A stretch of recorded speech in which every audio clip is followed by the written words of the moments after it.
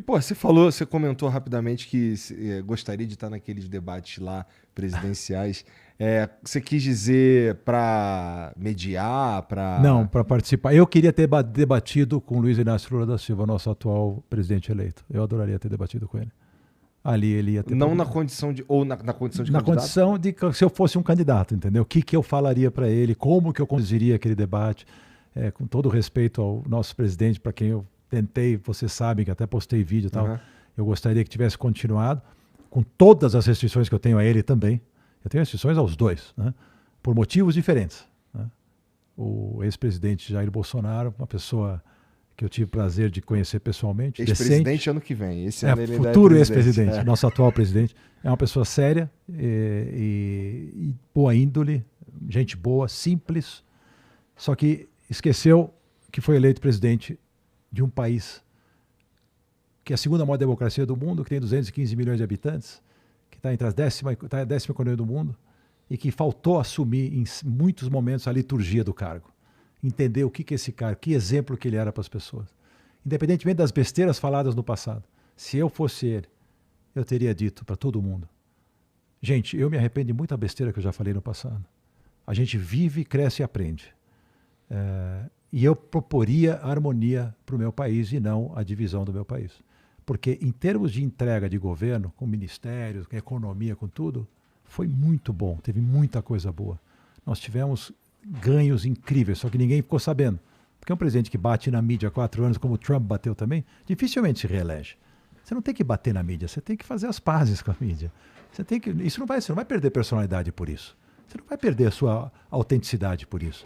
Tudo, Igor, depende da forma. Você não perde o conteúdo se você aprender a forma. Para de gritar, para de espernear, para de xingar. Você é o presidente da República. Né? Você é um exemplo jovem. Ali que ele pecou.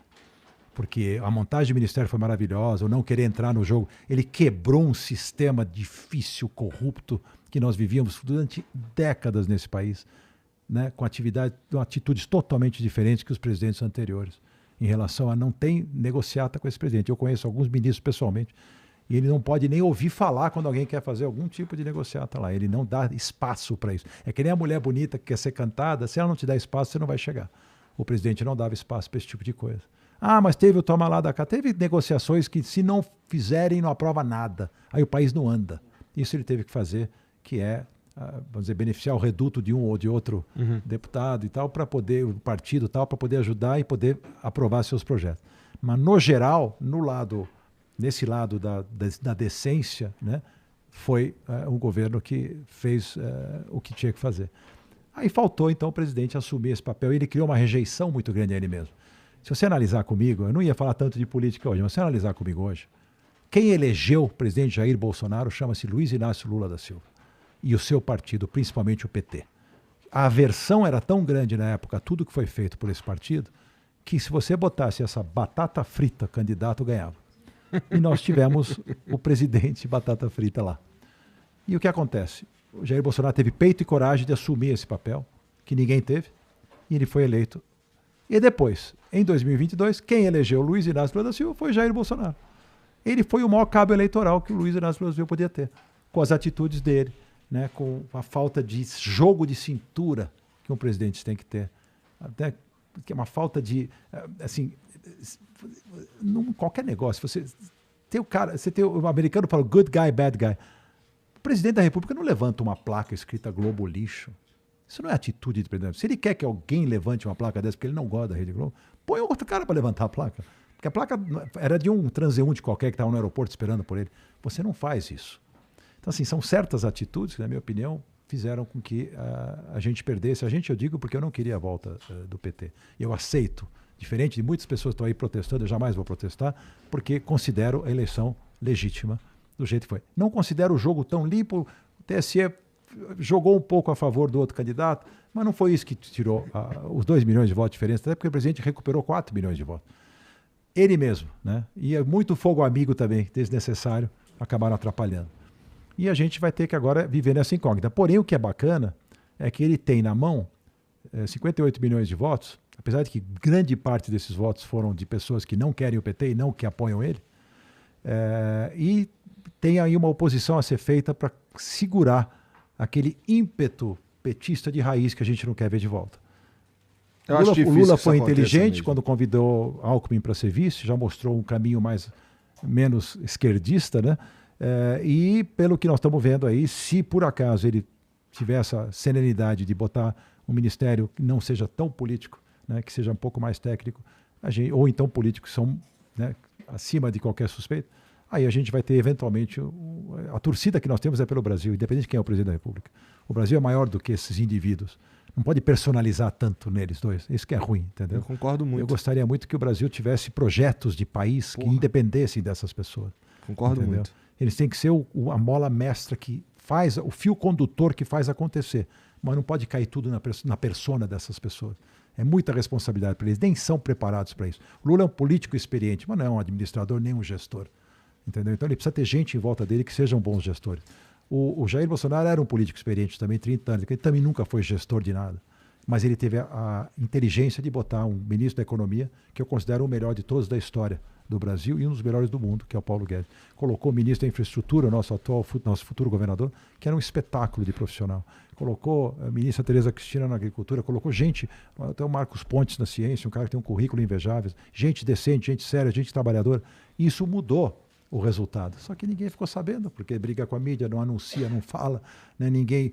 Como você cria um ambiente negativo, um círculo vicioso contra você mesmo, você não tem como quebrar essa bolha. Ela é toda negativa, qualquer coisa que ele fizer está errado. Ninguém nunca vai reconhecer nada.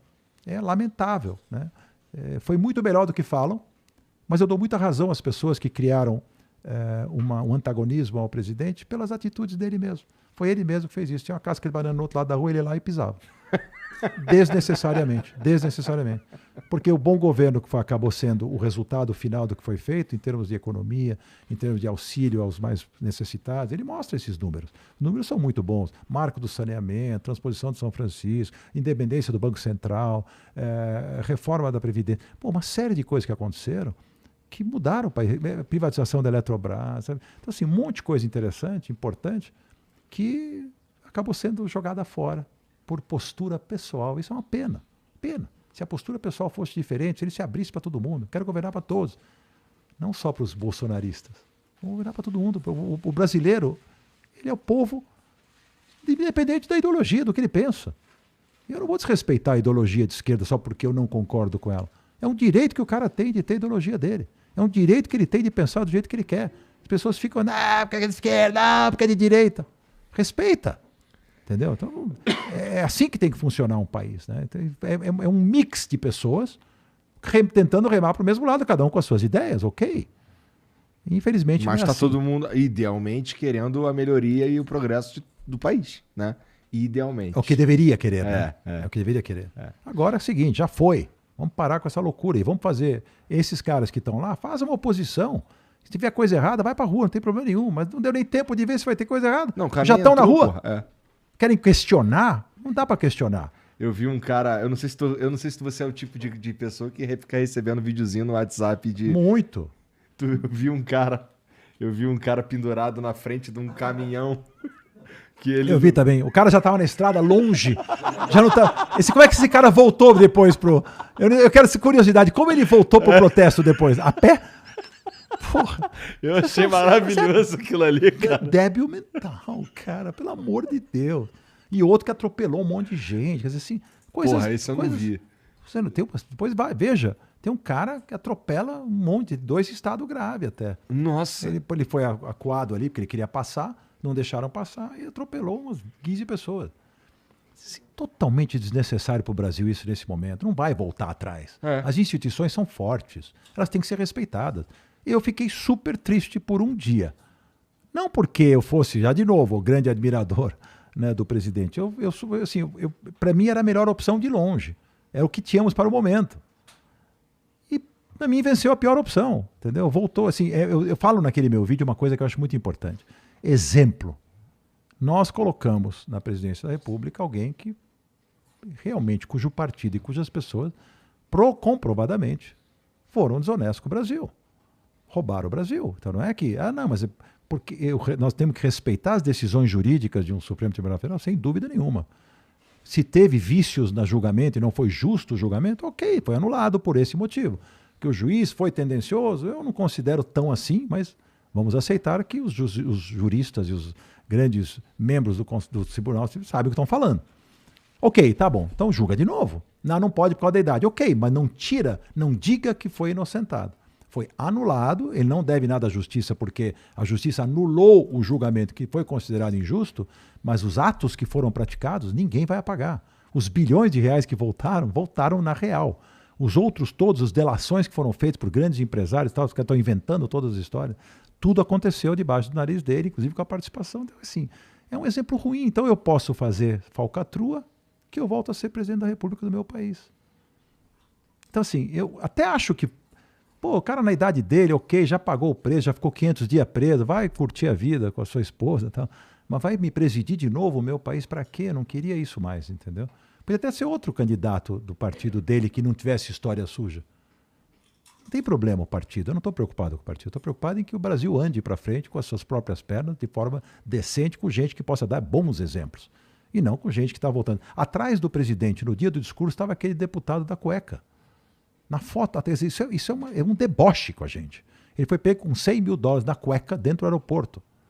Esse cara foi também inocentado lá, pagou, sei lá o que aconteceu, pagou pena, não pagou, não sei o que aconteceu com ele, mas ele está lá atrás do presidente. Quer dizer, então, é um deboche mostrando para a gente, olha, vai tudo, todas essas figuras que vocês tanto abominaram do que aconteceu, estão voltando. E ninguém fala nada, e a mídia não fala nada. Complexo, né? Cenário difícil esse que a gente está vivendo hoje. É complexo. Mas vamos ter que acreditar.